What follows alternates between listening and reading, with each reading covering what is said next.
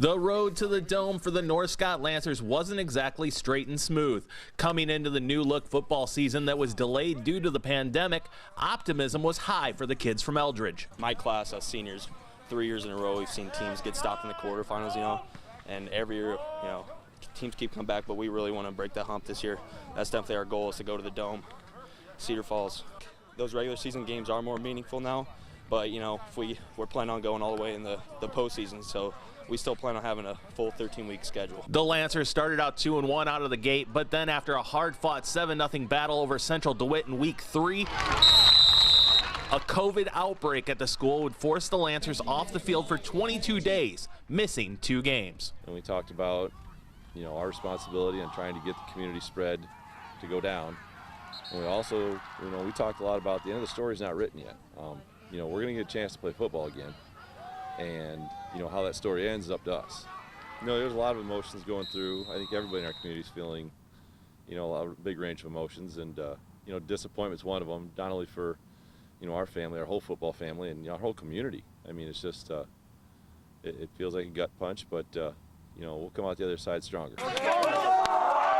And stronger they were, dominating Marion in their first game back and then running the rest of the regular season to finish 4-1.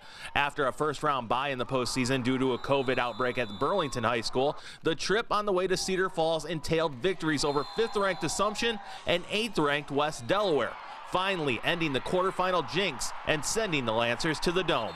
After everything we've been through this season, this means the world to do it for the whole community. The grade before us, they set the tone last year, set what we had to do, and we executed for them. And the Lancers would continue to execute, battling to overtime against the top-ranked Cedar Rapids Xavier Saints. When Connor Corson broke up a pass on 4th down, sending the North Scott Lancers to their first ever state title game. It gets better every time, just finding your buddies and everyone celebrating, thanking the coaches for all the hard work they've put in, whether it's film or practices, and then all your buddies that are on the team. Just a lot of fun to celebrate with them. And a week later, the celebration would get even bigger.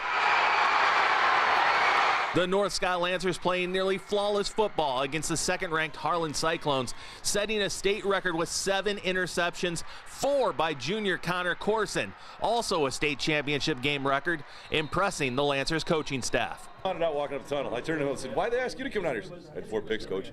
I'm like, no way.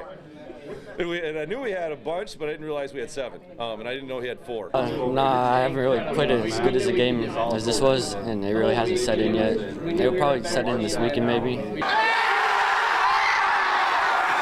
Bringing a state championship back to Eldridge for the first time and sending the seniors out where they plan to be all along. It'll be in our hearts forever, and I just want everyone to remember this and cherish it, and it'll be awesome.